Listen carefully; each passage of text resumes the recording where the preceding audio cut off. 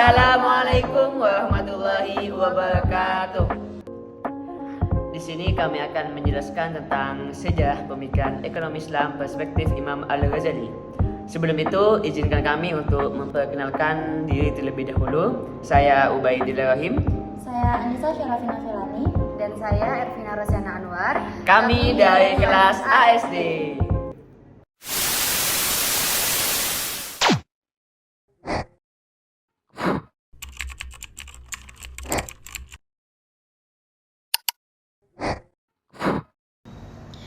Baik, poin yang pertama yaitu tentang biografi Imam Al-Ghazali. Hujatul Islam Abu Hamid Muhammad bin Muhammad Al-Tusi Al-Ghazali lahir di Tus, sebuah kota kecil di Khurasan dekat Mashhad, Iran pada 450 Hijriah atau 1058 Masehi.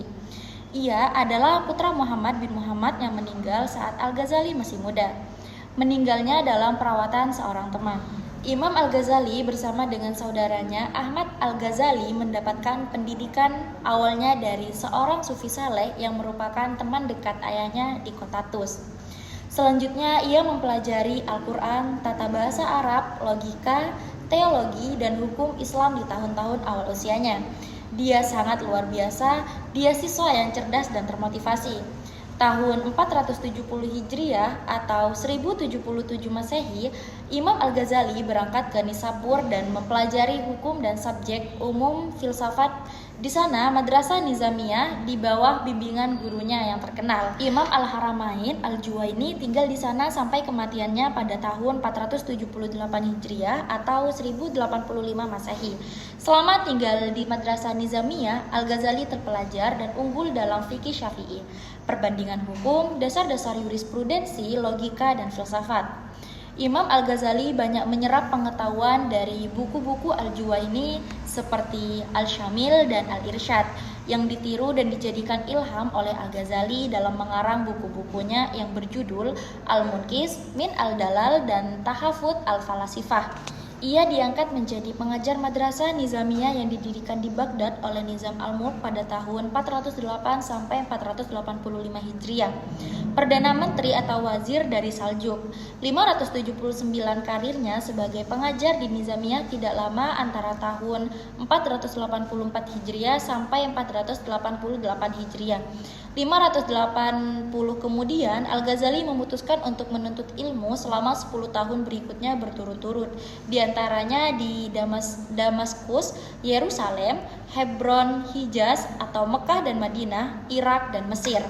Kemudian dia kembali ke Nisapur dan kemudian ke Tus sekitar tahun 1106 Masehi, di mana ia tinggal sampai kematiannya pada tahun 1111 Masehi. Al-Ghazali wafat hari Senin 14 Jumadi Al-Thani 505 Hijriah atau 18 Desember 1111 Beberapa Masehi. Karyanya terkait dengan ide-ide ekonomi Islam telah ditulis di masa ia menjadi pengajar di Madrasah Nizamiyah.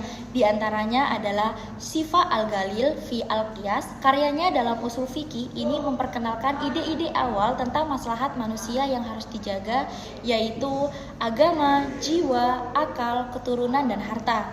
Yang kedua, Mizan Al-Amal, karyanya di bidang tasawuf banyak menyentuh aspek perilaku manusia dalam ekonomi dan bagaimana mencapai kebahagiaan hidup. Nasihat Al-Muluk merupakan salah satu karyanya yang ditulis ketika beliau melakukan perjalanan ilmiah ke beberapa daerah yang berkenaan dengan politik ekonomi Islam. Karyanya ini didedikasikan untuk seorang penguasa Seljuk yang tidak disebutkan namanya, atau mungkin Muhammad Tapar. Ihya Al-Ulum Al-Din, karyanya di bidang fikih dan tasawuf ini sangat terkenal dan dibaca oleh banyak umat Islam di dunia.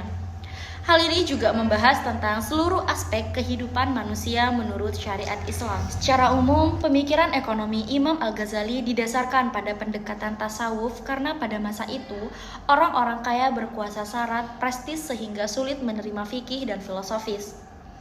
Corak pemikiran ekonominya dituangkan dalam kitab Ihya Ulum Al-Din, Al-Mustafa, Mizan Al-Amal, dan Al-Tib Al-Masbuk fi Nasihat Al-Muluk. Pemikiran sosioekonomi Al-Ghazali berakar dari sebuah konsep yang dia sebut sebagai fungsi kesejahteraan sosial, yakni sebuah konsep yang mencakup semua aktivitas manusia dan membuat kaitan yang erat antara individu dengan masyarakat.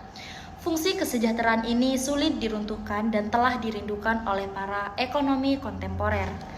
Al-Ghazali juga mendefinisikan aspek ekonomi dari fungsi kesejahteraan sosialnya dalam sebuah kerangka hierarki utilitas individu dan sosial yang triparti, yakni kebutuhan, kesenangan atau kenyamanan, dan kemewahan.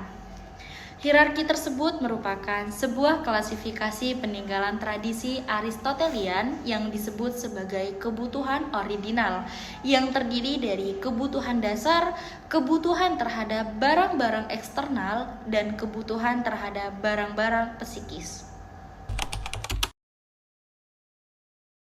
Baik, selanjutnya di sini saya akan menjelaskan mengenai pemikiran ekonomi Islam perspektif Imam Al-Ghazali. Menurut Al-Ghazali, kegiatan ekonomi ini merupakan kebajikan yang dianjurkan dalam Islam.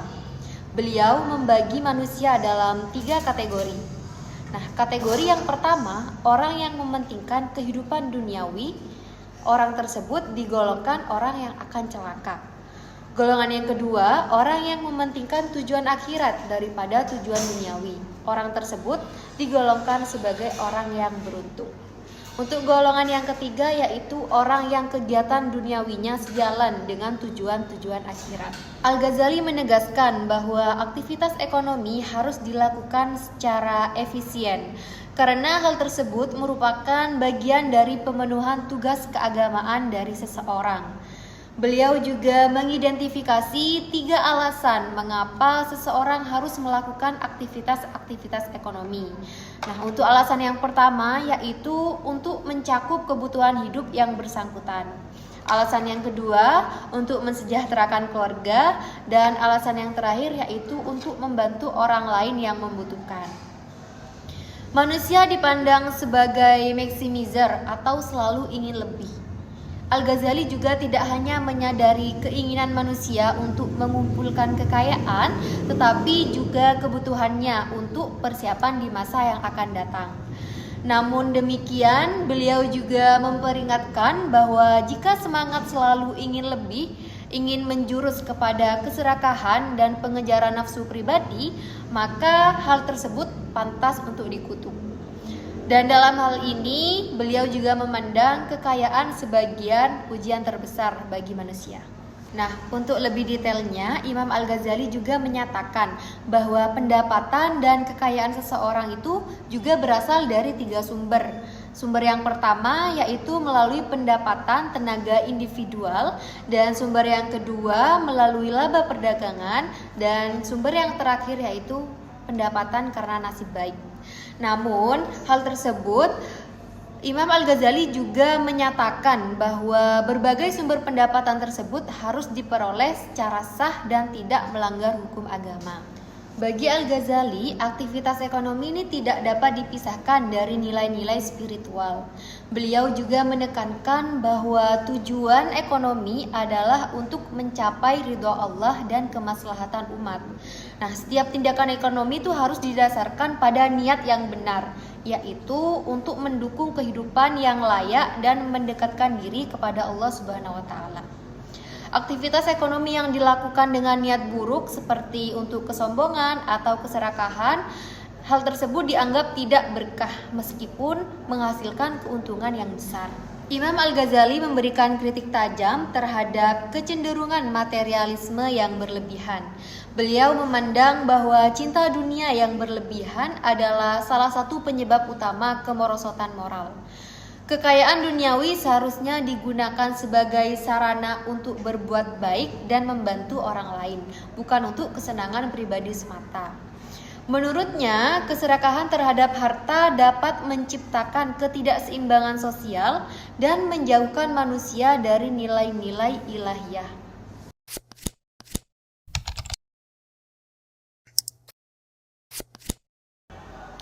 Oke, selanjutnya saya akan membahas tentang peran negara dan keuangan publik perspektif Imam Al-Ghazali, di mana Imam Al-Ghazali ini menghindari kegiatan-kegiatan politik. Namun pemikirannya tentang kaitan politik dan ekonomi itu tampak mirip dengan pemahaman ekonomi modern, di mana juga ia telah mengidentifikasi bahwasanya berbagai jenis fungsi ekonomi yang harus dijalankan oleh suatu negara. Di mana ia sudah menitikberatkan bahwasanya dalam meningkatkan kemakmuran ekonomi itu negara harus menegakkan keadilan, kedamaian, dan keamanan serta stabilitas. Ia juga menekankan perlunya keadilan serta aturan yang adil dan seimbang, sehingga sistem ekonomi yang dijalankan oleh suatu negara itu sangat baik dan sangat signifikan. Al-Ghazali memberikan penjelasan yang sangat rinci mengenai peranan dan fungsi keuangan publik, di mana ia memulai pembahasannya dari sisi anggaran, baik dari sisi pendapatan maupun sisi pengeluaran. Yang pertama dimulai dari pendapatan negara, di mana ia memulai pembahasannya mengenai pendapatan yang seharusnya itu dikumpulkan dari seluruh penduduk dari suatu negara, baik itu muslim maupun non-muslim, dengan berdasarkan terhadap hukum-hukum Islam. Al-Ghazali juga bersikap kritis terhadap sumber-sumber pendapatan yang haram digunakan. Selanjutnya juga Al-Ghazali itu berpendapat bahwasanya sistem pajak yang berlaku pada zamannya itu didasarkan pada adat kebiasaan, bukan berdasarkan hukum ilahi. Selanjutnya juga Al-Ghazali ini menyebutkan bahwasanya salah satu sumber pendapatan yang halal itu adalah harta tanpa ahli waris yang pemiliknya tidak dapat dilacak, ditambah sumbangan sedekah ataupun wakaf yang tidak ada pengelolanya. Al-Ghazali ini juga menyarankan bahwasanya dalam memanfaatkan pendapatan negara, negara itu harus bersikap fleksibel, di mana harus melihat ataupun berlandaskan terhadap kesejahteraan.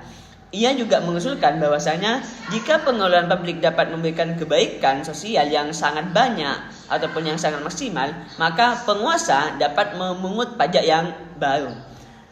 Apa yang sudah dikemukakan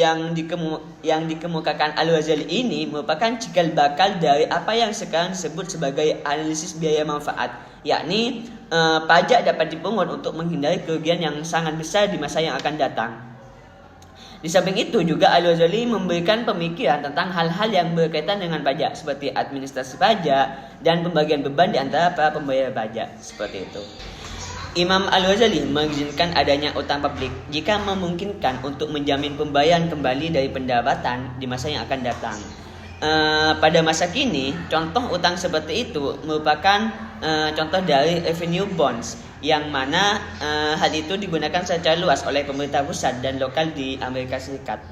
Selanjutnya yakni yang kedua mengenai penggambaran fungsional dari pengelolaan publik, di mana Imam Al-Ghazali ini merekomendasikan bahwasanya pengelolaan publik itu bersifat agak luas dan longgar, yakni dengan penegakan keadilan, sosioekonomi, keamanan, dan stabilitas negara, serta pengembangan suatu masyarakat yang makmur. Selain dari apa yang sudah diutarakan mengenai bagaimana menciptakan kondisi-kondisi tersebut, dapat dikatakan bahwasanya walaupun memilih pembagian sukarela sebagai suatu cara untuk meningkatkan keadilan sosial ekonomi, Imam Al-Ghazali ini memperbolehkan intervensi negara sebagai pilihan jika itu diperlukan, di mana tujuannya ini untuk mengeliminasi kemiskinan dan kesukaran yang sangat meluas. Dan juga Imam Al-Ghazali sudah sangat jelas hal tersebut dikaitkan dengan pemiskinan rakyat yang diperburuk dengan kurangnya layanan publik dengan pemindahan mereka, di mana hal tersebut mengakibatkan penurunan ekonomi. Secara umum, penurunan basis pajak dan kemerosotan itu lebih jauh, serta potensi timbulnya para pencari untung yang mengeksploitasi orang miskin. Mengenai perkembangan masyarakat secara umum, Al-Ghazali ini menunjukkan perlunya membangun infrastruktur sosial ekonomi.